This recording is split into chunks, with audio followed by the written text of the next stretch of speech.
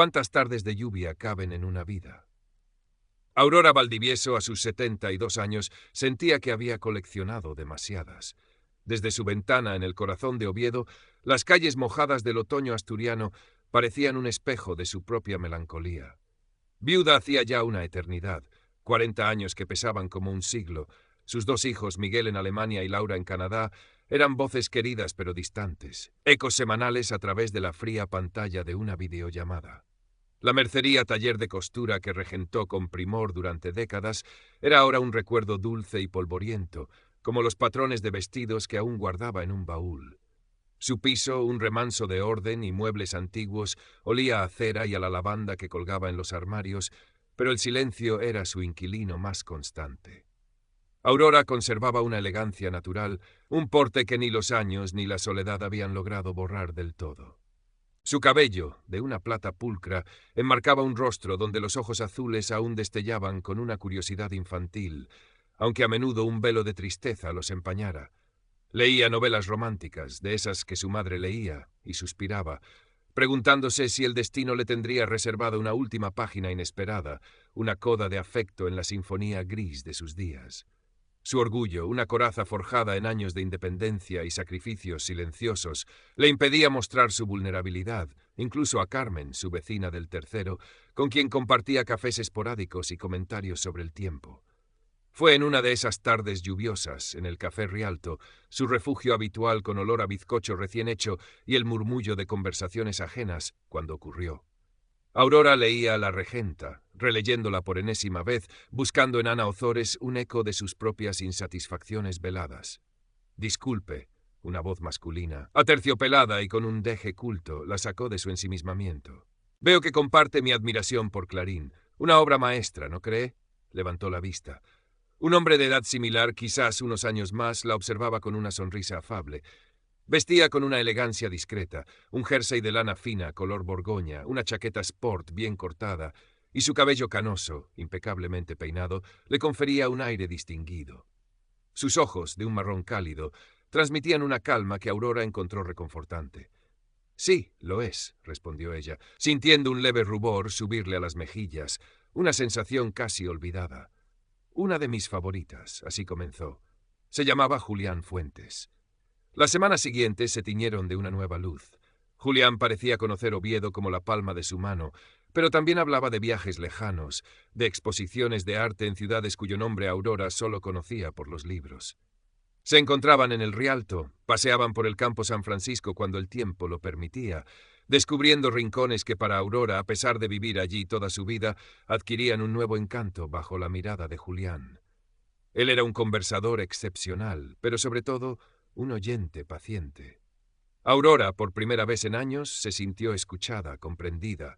Le habló de sus hijos, de su difunto esposo, un recuerdo sagrado que Julián trató con exquisita delicadeza, de sus pequeñas alegrías y sus grandes soledades. La soledad es una mala compañera, Aurora, le dijo él un día, mientras contemplaban los cisnes del estanque, pero a veces es el preludio de encuentros inesperados. Julián también compartió fragmentos de su vida. Viudo como ella, una hija que vivía en el extranjero, un antiguo negocio familiar en Argentina, un legado de sus abuelos que intentaba mantener a flote con más pasión que recursos. Hablaba de ello con una melancolía contenida, un aire de nobleza luchando contra la adversidad que conmovió a Aurora. Ella, que había luchado tanto, se sintió identificada con ese hombre que parecía llevar sus cargas con tanta dignidad. Carmen, su vecina, notó el cambio.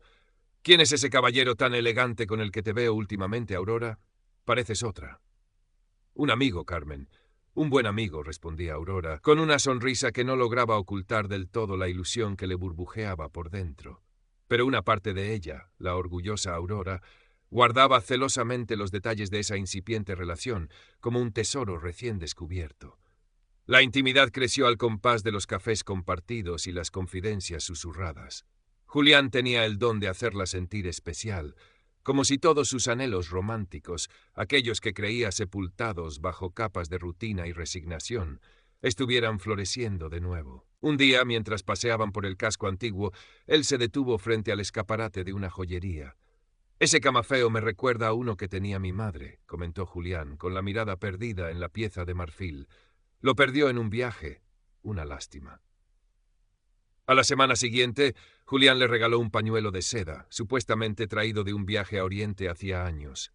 Aurora lo atesoró, acariciando la suavidad de la tela, sintiendo que cada gesto de Julián tejía un lazo más fuerte entre ellos. Fue entonces cuando comenzaron las primeras insinuaciones sobre sus problemas económicos. Sutiles al principio. Una mención casual a unos impuestos imprevistos del negocio argentino, una factura médica inesperada de su hija en el extranjero. «No te preocupes, son cosas que pasan», decía él, restándole importancia con una sonrisa triste. «Ya encontraré la manera». Pero Aurora se preocupaba. Ver esa sombra de angustia en el rostro del hombre que le había devuelto la alegría de vivir le oprimía el corazón. Un día él olvidó su cartera en casa. «¡Qué cabeza la mía!», se disculpó, avergonzado. Aurora insistió en pagar los cafés. Sucedió un par de veces más. Pequeños gestos. Luego vino la primera petición directa, envuelta en 1000 disculpas. Necesitaba una cantidad no muy grande, unos 500 euros, para solventar un trámite urgente, relacionado con la herencia de sus abuelos en Argentina. «Te lo devolveré en cuanto reciba un pago pendiente, la semana que viene sin falta», aseguró. Aurora no lo dudó. Retiró el dinero de sus ahorros y se lo entregó, sintiéndose feliz de poder ayudarle, de ser parte de su vida de una manera más tangible. Julián se mostró profundamente agradecido, casi con lágrimas en los ojos. «Eres un ángel, Aurora. No sé qué haría sin ti». La semana que viene se convirtió en 2, luego en 3. El dinero no fue devuelto, pero surgieron nuevas urgencias.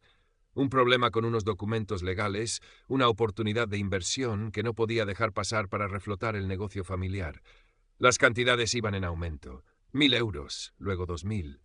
Aurora comenzaba a usar los ahorros que con tanto esfuerzo había acumulado durante su vida laboral. Carmen, con su pragmatismo a flor de piel, intentó sondearla. «Aurora, te veo algo preocupada últimamente. Y gastas más de lo normal, ¿no? Ese Julián, no sé, ten cuidado, hija. Hay mucho listo suelto». «No digas tonterías, Carmen», la cortó Aurora más bruscamente de lo que pretendía. «Julián es un hombre honorable, y mis asuntos son míos». La intromisión, aunque bien intencionada, la irritaba. Julián, por su parte, alimentaba sutilmente su desconfianza hacia los demás. «La gente es envidiosa, Aurora. No soportan ver feliz a los demás. Nosotros tenemos algo especial, algo que ellos no entienden». Y Aurora quería creerlo. Se aferraba a esa relación especial como a un salvavidas en el océano de su soledad. Un día, Julián apareció especialmente abatido. Su hija le contó que necesitaba un tratamiento médico experimental muy caro en Suiza para su nieto, que padecía una enfermedad rara. La historia era desgarradora, llena de detalles conmovedores. «No sé cómo voy a conseguir el dinero, Aurora. Me siento tan impotente». Aurora sintió una punzada de angustia. La imagen de un niño sufriendo, la desesperación de un abuelo. Le entregó 5000 euros, casi todos sus ahorros líquidos. «Es para tu nieto, Julián. Ojalá se recupere pronto». Él la abrazó con fuerza. «Eres la mujer más generosa que he conocido. Algún día te compensaré por todo esto, ya lo verás». Las llamadas telefónicas de Julián se volvieron más frecuentes, a menudo a altas horas de la noche, con voz angustiada, hablando de complicaciones, de nuevos gastos. Aurora apenas dormía, consumida por la preocupación. Empezó a vender algunas joyas de familia, recuerdos de su madre, de su matrimonio. Cada pieza vendida era un pellizco en el alma, pero lo hacía por Julián, por su nieto. Sentía que su amor se medía en su capacidad de sacrificio. Un sábado por la mañana el timbre sonó de forma inesperada. Aurora, que esperaba a Julián para discutir la última crisis, abrió la puerta con el corazón en un puño. Pero no era Julián, era Miguel, su hijo, llegado de Alemania por sorpresa para su cumpleaños. «¡Mamá! ¡Sorpresa!», exclamó Miguel, abrazándola. Detrás de él su esposa e hijos sonreían. Aurora se quedó paralizada por un instante, una mezcla de alegría y un pánico inexplicable. Justo en ese momento apareció Julián por el rellano. «Aurora, querida, ¿interrumpo?», dijo Julián con su habitual sonrisa encantadora, aunque sus ojos se detuvieron un instante más de lo normal en Miguel. «Julián, este es mi hijo Miguel y su familia. Han venido de Alemania de sorpresa», balbuceó Aurora, sintiendo cómo el color se le iba del rostro. La presentación fue tensa. Miguel, ingeniero de mente pragmática y mirada escrutadora, observó a Julián con una desconfianza apenas disimulada. El encanto de Julián, tan efectivo con Aurora, pareció resbalar sobre la superficie analítica de Miguel. «Así que usted es el amigo de mi madre», dijo Miguel, con un tono neutro que a Aurora le sonó acusación. Durante el almuerzo improvisado, la tensión fue palpable. Miguel hacía preguntas directas sobre los negocios en Argentina de Julián, sobre su familia en el extranjero. Julián respondía con evasivas elegantes, apelando a la sensibilidad de Aurora. «Son asuntos complicados, Miguel. No quisiera aburrirles con detalles financieros». «A mí no me aburren, señor Fuentes», replicó Miguel. «De hecho, tengo algunos contactos en Argentina. Quizás podría ayudarle». Julián palió ligeramente. «Es muy amable, pero es una situación muy delicada, familiar». Más tarde, a solas con Aurora, Miguel fue directo. «Mamá, no me gusta ese hombre. Hay algo en él que no me cuadra. ¿Qué negocios son esos de los que habla? ¿Y por qué parece tan evasivo?» «Miguel, por favor», suplicó Aurora. «Julián es un buen hombre. Está pasando por un mal momento. Me está ayudando mucho». «¿Ayudándote él a ti o tú a él, mamá? He visto cómo te mira. Y he visto cómo lo miras tú. Ten mucho cuidado. No quiero que sufras». Las palabras de Miguel, aunque dichas con preocupación, hirieron el orgullo de Aurora. Se sintió tratada como una niña, incapaz de tomar sus propias decisiones. La discusión subió de tono. Julián, mientras tanto, había redoblado su ofensiva. Al día siguiente, cuando Miguel y su familia habían salido a hacer turismo, llamó a Aurora, con la voz quebrada. «Aurora, querida, tenemos un problema gravísimo. El tratamiento de mi nieto. Necesitan un pago urgente, el más grande hasta ahora para una nueva fase. Si no lo reciben en 48 horas, lo suspenderán todo. Y Miguel, tu hijo no confía en mí. Siento que su presencia lo complica todo. Me duele que piense mal de mí, sobre todo por ti». La manipulación era maestra. Aurora se sintió atrapada entre el amor por su hijo y la desesperada necesidad de ayudar a Julián, de demostrarle a Miguel que se equivocaba. Fue entonces cuando Julián le habló de la gran oportunidad. Una herencia de una tía lejana en América estaba a punto de desbloquearse. Una suma considerable que solucionaría todos sus problemas y les permitiría vivir como reyes. Pero necesitaba una última cantidad, solo un puente, para pagar unos impuestos y tasas legales urgentes, 20.000 euros. «Es lo último que te pido, Aurora, te lo juro. En una semana te devolveré cada céntimo con intereses. Y podremos empezar nuestra vida juntos, sin preocupaciones. 20.000 euros. Aurora ya no los tenía. Había agotado sus ahorros, vendido sus joyas. Solo le quedaba el piso, su hogar, el refugio de toda una vida. «Julián, yo», comenzó, con la voz temblorosa. «Sé que es mucho pedir, mi amor, pero piensa en nuestro futuro. Piensa en mi nieto». La voz de Julián era un susurro seductor y desesperado. Miguel regresó esa tarde y encontró a su madre pálida y nerviosa.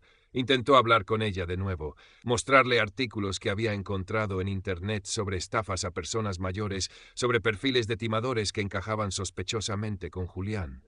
«Basta, Miguel», estalló Aurora. «Es mi vida, y confío en Julián. Tú no lo entiendes porque tienes el corazón de piedra».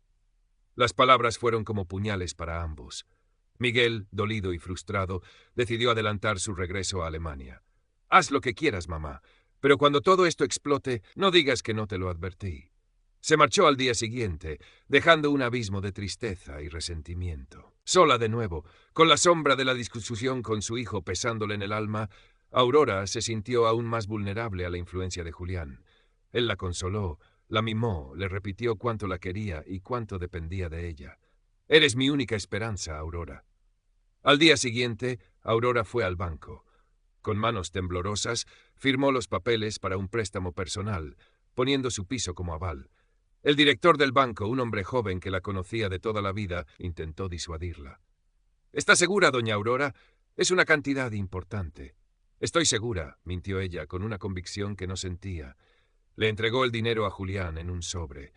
Él la besó con una pasión que la dejó sin aliento. «Gracias, mi vida. Has salvado a mi nieto, y nos has salvado a nosotros. Mañana mismo empiezo los trámites para la herencia. En unos días celebraremos». Julián se marchó, prometiendo llamarla esa misma noche, pero el teléfono no sonó. Ni esa noche, ni a la mañana siguiente. Aurora llamó a su móvil. Apagado. Una y otra vez. El pánico comenzó a reptar por su espina dorsal, frío y paralizante. Fue al Café Rialto. No estaba. Preguntó en los sitios que solían frecuentar. Nadie lo había visto. Los días se convirtieron en una tortura de espera y creciente desesperación. La pequeña semilla de duda que Miguel había plantado y que ella había intentado aplastar con tanta vehemencia, comenzó a germinar, monstruosa. Una semana después, con el corazón hecho añicos y el orgullo por los suelos, Aurora se atrevió a llamar a Carmen. «Carmen, ¿puedes venir?», susurró al teléfono, la voz rota. Carmen llegó en minutos. Encontró a Aurora sentada en el sofá, la mirada perdida, el pañuelo de seda que Julián le había regalado arrugado en sus manos. Aurora le contó todo, entre sollozos y frases entrecortadas. La historia completa. El dinero, las promesas, la desaparición. Carmen la escuchó en silencio, el rostro compungido. No hubo reproches, solo una tristeza infinita en sus ojos. «Ay, Aurora, hija mía». Juntas fueron a la policía. El inspector que las atendió escuchó el relato con paciencia profesional, pero sin sorpresa. «Estafa romántica, señora Valdivieso. Un caso clásico, lamentablemente. Haremos lo que podamos, pero estos individuos son muy escurridizos, suelen usar identidades falsas. Es difícil recuperar el dinero». Las palabras del inspector fueron como la última palada de tierra sobre un ataúd. Julián Fuentes no existía. El amor otoñal, la promesa de un futuro feliz, todo había sido una mentira cruel, un decorado de teatro montado para despojarla de lo poco que tenía. La devastación fue total. No solo había perdido sus ahorros y, muy posiblemente, su casa. Había perdido la confianza en su propio juicio, en su capacidad de amar. La vergüenza la consumía. ¿Cómo había podido ser tan ciega, tan ingenua? Las advertencias de Carmen, la angustia de Miguel, todo resonaba ahora en su cabeza como un eco burlón. Cayó en una profunda depresión. Los días eran un desierto de apatía, las noches un infierno de insomnio y pesadillas. Carmen fue su único pilar, llevándole comida, obligándola a levantarse de la cama, escuchando sus lamentos sin juzgarla. Los hijos llamaban. Miguel más conciliador ahora, lleno de culpa por no haber podido evitarlo, Laura ofreciendo un apoyo emocional limitado por la distancia. Pero la herida era demasiado profunda. Pasaron los meses. El otoño dio paso a un invierno crudo, tan frío como el que sentía Aurora en el alma. El banco comenzó a enviarle notificaciones sobre el préstamo impagado. La amenaza de perder su piso era real y aterradora. Poco a poco, sin embargo, una chispa de la antigua Aurora, la luchadora, la superviviente, comenzó a reavivarse. Quizás fue la necesidad pura y dura de seguir adelante, o el instinto de conservación, o simplemente el hecho de que incluso en la más profunda oscuridad, la vida se aferra a sí misma. Con la ayuda de Carmen, que la acompañó a negociar con el banco, logró un acuerdo para reestructurar la deuda, aunque eso significara vivir con una austeridad extrema. Tuvo que empezar a dar clases particulares de costura a algunas vecinas para obtener unos ingresos mínimos. Cada euro ganado era una pequeña victoria contra la desesperación. No recuperó el dinero, por supuesto. Julián se había esfumado como el humo. Pero un día, mientras ordenaba unos papeles viejos, encontró una pequeña tarjeta de visita que él había dejado olvidada en un libro, con un nombre y un número de teléfono de otra ciudad, de otra vida. Se la entregó a la policía, sin muchas esperanzas. Era solo una gota más en el océano de su engaño. La Aurora que emergió de aquella ordalía no era la misma. La ilusión romántica había muerto, reemplazada por una amarga sabiduría y una desconfianza casi patológica hacia los extraños. Pero también había una nueva fortaleza, forjada en el dolor y la humillación. Una tarde de primavera, muchos meses después, Aurora estaba sentada en un banco del campo San Francisco. El sol tibio acariciaba su rostro. Observaba a las parejas que paseaban, a los niños que jugaban. Ya no sentía la punzada de envidia o de anhelo. Sentía una calma extraña, una aceptación melancólica. Carmen se sentó a su lado. «¿En qué piensas, Aurora?». Aurora suspiró, una sonrisa tenue dibujándose en sus labios. «En la lluvia, Carmen. En cuántas tardes de lluvia pueden traer una vida. Y en que a veces, después de la tormenta más terrible, el sol vuelve a brillar, aunque sea de otra manera». Decidió que su historia, su dolor, no serían en vano. Con la ayuda de una joven voluntaria de un centro cívico, comenzó a escribir su experiencia, de forma anónima, en un pequeño blog destinado a personas mayores.